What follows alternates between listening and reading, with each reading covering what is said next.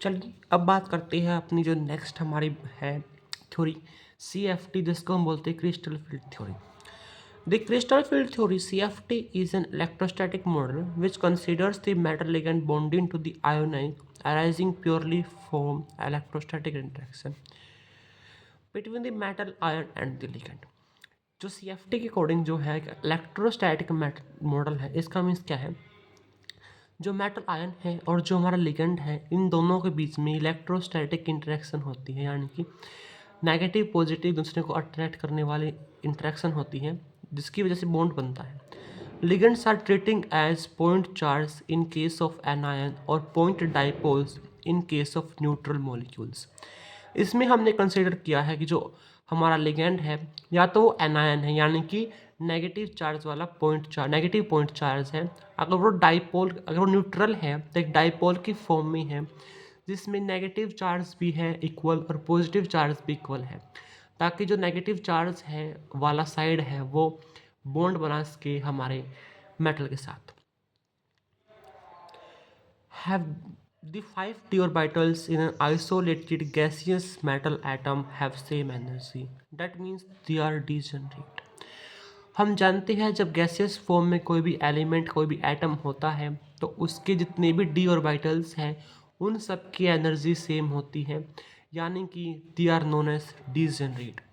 This degeneracy is maintained if a spherically symmetrical field of negative charge surround the metal atom or ion।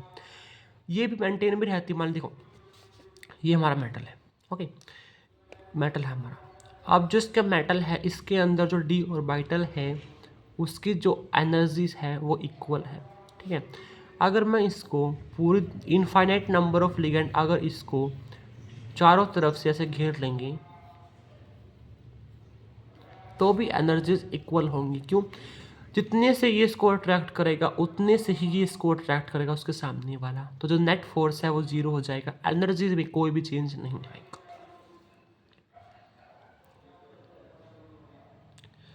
However, when this negative field is due to ligand either anion or the negative end of dipolar molecules like ammonia or water in a complex, it becomes asymmetrical। वहीं पे अगर एक या दो ही ligand कम ligand है, या तो वो एनायन की वजह से नेगेटिव चार्ज है या फिर वो जो है किसी डाइपोल के नेगेटिव चार्ज वाले एंड की वजह से है, इट बिकम्स एसिमेट्रिकल। अब वो एसिमेट्रिकल बन चुका है। अगर एसिमेट्रिकल बन चुका है तो उसकी डीजेनरेसी टूट जाएगी, यानी कि जो एनर्जीज है आर डी ऑर्बिटल्स की वो तो घटेगी या बढ़ेगी, वो कम या ज़्यादा हो सकती है। And the degeneracy of the D orbitals is lifted, it result in the splitting of D orbitals. देखो उसको लिगेंड ने उसके ऊपर अटैक किया, पहला केस हमने क्या बना, सिंपल जो है गैसियस फॉर्म में है, तो उसके जो गैसियस ऑर्बिटल्स हैं उनकी जो एनर्जी है वो सेम है। फिर हमने सेकंड केस माना कि उसको चारों तरफ से लिगेंड्स ने घेर लिया है। जैसे ही उसको चारों तरफ से लिगेंड ने घेर लिया है तो वो वहाँ पर भी जो डीजेनरेसी है वो मेंटेन है, वहाँ पर भी जो एनर्जीज है डी ऑर्बिटल्स की वो इक्वल है। फिर हमने ये माना कि जो ज़्यादा नहीं थे, थोड़े ही इलेक्ट्रॉन, जो थोड़े ही डाइपोल कि नेगेटिव चार्ज की वजह से या लिगेंड के नेगेटिव चार्ज की वजह से फिर नेगेटिव चार्ज आया, तो जो एनर्जी है वो एसिमेट्रिकल हो गई, स्प्लिटिंग हो गई हमारे डी ऑर्बिटल्स की। The pattern of splitting depend upon the nature of crystal field. जो स्प्लिटिंग होगी वो डिपेंड करती है क्रिस्टल फील्ड का नेचर कैसा है। Let us explain this splitting in different crystal fields. हम एक्सप्लेन करेंगे इस स्प्लिटिंग को अलग अलग क्रिस्टल फील्ड के अंदर। सबसे पहले हम बात करते हैं ऑक्टाहेड्रल कोऑर्डिनेशन एंटिटी। ऑक्टाहेड्रल में क्या होता है, जो 6 लिगेंड्स होते हैं वो अटैक करेंगे। In a octahedral coordination entity with 6 ligands surround the metal atom और आयन। जो 6 लिगेंड है उसने मेटल को चारों तरफ से घेर लिया है। There will be repulsion between the electrons of metal d orbitals and the electrons of the ligands। जो इलेक्ट्रॉन्स डी ऑर्बिटल्स में है और जो इलेक्ट्रॉन्स हमारे लिगेंड के पास है उन दोनों के बीच में अब रिपल्सन होगी। Such a repulsion is more when the model of T is directed towards the ligand and when it is away from the ligand. अब डिपेंड करता है जो रिपल्सन है वो किस ज़्यादा है कम है। अगर वो जो इलेक्ट्रॉन्स हैं वो लिगेंड के इलेक्ट्रॉन्स के तरफ ही पड़ते हैं, उसी डायरेक्शन में है, तो रिपल्सन ज़्यादा होगी, अगर दूसरे डायरेक्शन में तो रिपल्सन कम होगी। अगर रिपल्सन ज़्यादा होगी तो एनर्जी ज़्यादा बढ़ेगी।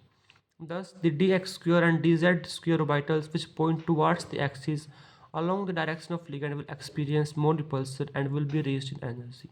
इसका मतलब क्या है, जो लिगेंड जो अप्रोच करती है इन ऑक्टाहेड्रल जियोमेट्री, तो उसमें जो है ऑन द एक्सिस, एक्सिस के ऊपर वो जाती है, तो sorry between the on the axis, along the axis जो है वो वहाँ पर अटैक करती है। तो जो d x square y square है और डी जेड स्क्वेयर है, वो जो ऑर्बिटल है वो towards the direction, towards the axis ही है, तो वहाँ पर मोर रिपल्सन होगी, तो उसकी एनर्जी ज़्यादा बढ़ेगी। वहीं पे जो डी एक्स वाई है, डी वाई जेड है, डी एच जेड एक्स, ये बिटवीन दी एक्सिस होता है, यहाँ पर जो है एनर्जी कम होगी, रिपल्सन कम होगा। Between the axis will be lowered in energy related to the average energy in the spherical crystal. Thus, the degeneration of the d orbitals has been removed due to ligand electron-metal-electron repulsion in the octahedral complexes to yield 3 orbitals of lower energy. जो between the axis थे उनकी energy कम होगी, जिसको हम बोलेंगे T2G। वहीं पे जो 2 ऑर्बिटल्स है जिसकी एनर्जी ज़्यादा है उसको हम बोलेंगे EG सेट। तो क्योंकि जो d x square y square है, डी जेड स्क्वेयर है, ये होती है हमारी एक्सियल, और एक्सियल पे उसने अटैक किया तो उनकी एनर्जी ज़्यादा होगी।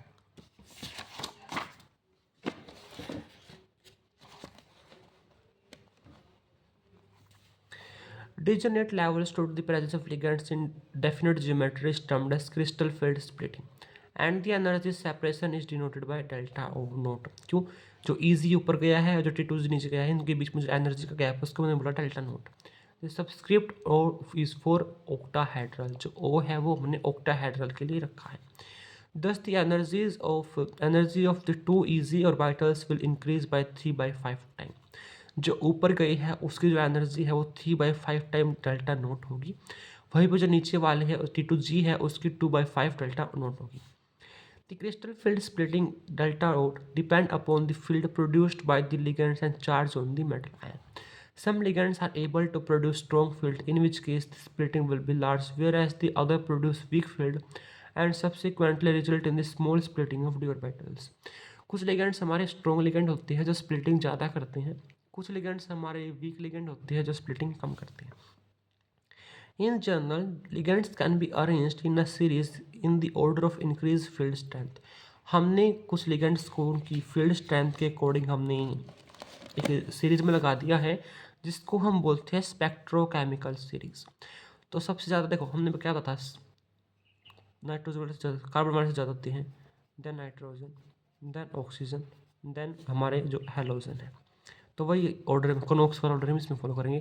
CO CN minus by EN NH3 EDTA4 NHCS H2O oxalate OH F H2 minus chlorine HCN bromine और आयोडीन। ये याद रखो, इससे आप इसको एक्सप्लेन करते होंगे। It is an experimentally determined series based on the absorption of light by complexes with different ligands. Let us assign electrons in the d orbitals of metal ion octahedral coordination entities. Obviously the single d electron occupy one of the lower T2Z orbitals। अगर हम अब इस T2Z में जो नीचे वाले 3 orbitals है dxy dy और dz और जो ऊपर वाले dx स्क्वायर वाई स्क्वायर और dz स्क्वायर है, तो जब हम इनमें इलेक्ट्रॉन को फिल करेंगे, तो जब हम पहला इलेक्ट्रॉन भरेंगे तो वो लोअर जो एनर्जी वाला ऑर्बिटल है उसमें फिल किया जाएगा, यानी कि जो पहला इलेक्ट्रॉन है वो आएगा T2Z में। In the single electron T2Z orbitals, in D2 and D3 coordination entities, the d electrons occupy the T2Z orbitals strictly in accordance with the Hund's rule. For D4 ions, two possible patterns of electron distribution arise। अब मान लीजिए हमारे पास 4 electron हैं, 3 electron तो नीचे T2Z में भर दिए, अब जो एक इलेक्ट्रॉन भर गया है, अब यहाँ पे क्वेश्चन बनता है कि जो वो एक इलेक्ट्रॉन बच गया, अब उसको हम ऊपर वाले EG में फिल करेंगे या दोबारा से T2Z में ही फिल करेंगे। There are two possibilities, patterns of electron distribution rise. The fourth electron could either enter the T2Z level and pair with an existing electron, or it could avoid paying the price of pairing energy by occupying the EG level. Which of these possibilities occurs depends on the relative magnitude of the crystal field splitting delta naught and the pairing energy. Pairing energy क्या है? Pairing energy is the energy that are required for an electron to pair in a single orbital. There are two options। अगर जो delta naught है वो pairing energy से कम है, अगर delta naught pairing energy से कम है तो हमारी पेयरिंग नहीं होगी और जो फोर्थ इलेक्ट्रॉन है वो ऊपर जाएगा। The fourth electron enters one of the easy orbitals giving the configuration T2Z3 and EC1. Ligand for which delta naught P are known as weak field ligand and form high spin complexes. अगर हम बात करें तो जो जिनकी delta naught जो है pairing energy से कम होती हैं तो जो वो लिगेंड है वो वीक लिगेंड होते हैं। अगर वो वीक लिगेंड होती है और यहाँ पे पेयरिंग भी नहीं हुई तो जो नंबर ऑफ अनपेयर्ड इलेक्ट्रॉन है वो ज़्यादा है और इसको हम बोलेंगे high spin complexes. If delta naught is greater than pairing energy, it becomes more energetically favorable for the fourth electron to occupy a T2Z orbitals with configuration T2Z 4EG0. Ligands which produce this effect are known as strong field ligand and form low spin complexes. वहीं पे अगर हम दूसरा case माने, अगर जो pairing energy से ज़्यादा डेल्टा नोट होगा तो वहाँ पर जो इलेक्ट्रॉन्स है उसकी पेयरिंग हो जाएंगी और जो हमारी कॉन्फ़िगरेशन निकलेंगी वो निकलेगी T2Z4 and EZ0. Calculation shows that D4 to D7 coordination entity are more stable for strong ligand as compared to weak ligand. अगर हम बात करें D4 से D7 तक तो वो स्ट्रॉन्ग फील्ड में ज़्यादा स्टेबल होते हैं as compare to weak field. क्यों? क्योंकि जो स्ट्रॉन्ग फील्ड है वो यहाँ पर पेयरिंग कर देता है और पेयरिंग करने के बाद वो वहाँ पर क्या करता है, वहाँ पर लो स्पिन वाला कंपाउंड बनाता है। अब नेक्स्ट है क्रिस्टल फील्ड स्प्लिटिंग इन टेट्राहेड्रल। वो तो हमने पढ़ा ऑक्टाहेड्रल। ऑक्टाहेड्रल में ऊपर वाले की जाने से 3/5 डेल्टा हुई थी, नीचे वाले की 2/5 डेल्टा हुई थी। अब इसमें उल्टा होता है, जो टेट्राहेड्रल यानी कोऑर्डिनेशन नंबर 4 है उसमें जो लिगेंड अप्रोच करता है वो बिटवीन द एक्सिस करता है। अगर वो बिटवीन द एक्सिस अप्रोच करता है तो जो ऑर्बिटल्स बिटवीन द एक्सिस है उनकी एनर्जी ज़्यादा जो है बनती है as compare to the axial. तो in tetrahedral coordination entity formation the d orbital splitting is inverted, उल्टी है and is similar as compare to the octahedral field splitting. For the same metal this same ligand and metal ligand distances, it can be shown that delta T is equal to 4/9 delta naught. जो हमारा delta T है it is 4/9 delta note. ये आपको idea याद रखना होगा। तीन बताई हमने। अगर हम बात करें नॉन एक्स, जो बात करें एक्सेल वाले की तो 3/5 डेल्टा नोट था, नीचे वाला 2/5 डेल्टा नोट था। वहीं पर delta t is equal to 4/9 delta naught. तो जो टेट्राहेड्रल है उसकी एनर्जी ऑक्टाहेड्रल से कम होती है। Subsequently, the orbital splitting energies are not sufficiently large for forcing pairing and therefore low spin configuration are rarely observed. इसमें जो low spin configuration है बहुत कम देखने को मिलती है क्योंकि एनर्जी इतनी होती ही नहीं ताकि वो उसको पेयरिंग कर सके। This gene G subscript is used for the octahedral and square planar complexes. जो हम G सबस्क्रिप्ट है वो यूज़ करते हैं ऑक्टाहेड्रल के लिए या फिर ऑक्टाहेड्रल था तो वो हम ऑक्टाहेड्रल और स्क्वायर प्लेनर कॉम्प्लेक्सेस के लिए शो करते हैं, जो कि हमें सेंटर ऑफ सिमेट्री देता है। जी क्या जी मीन्स जीरेट होता है सिमेट्री।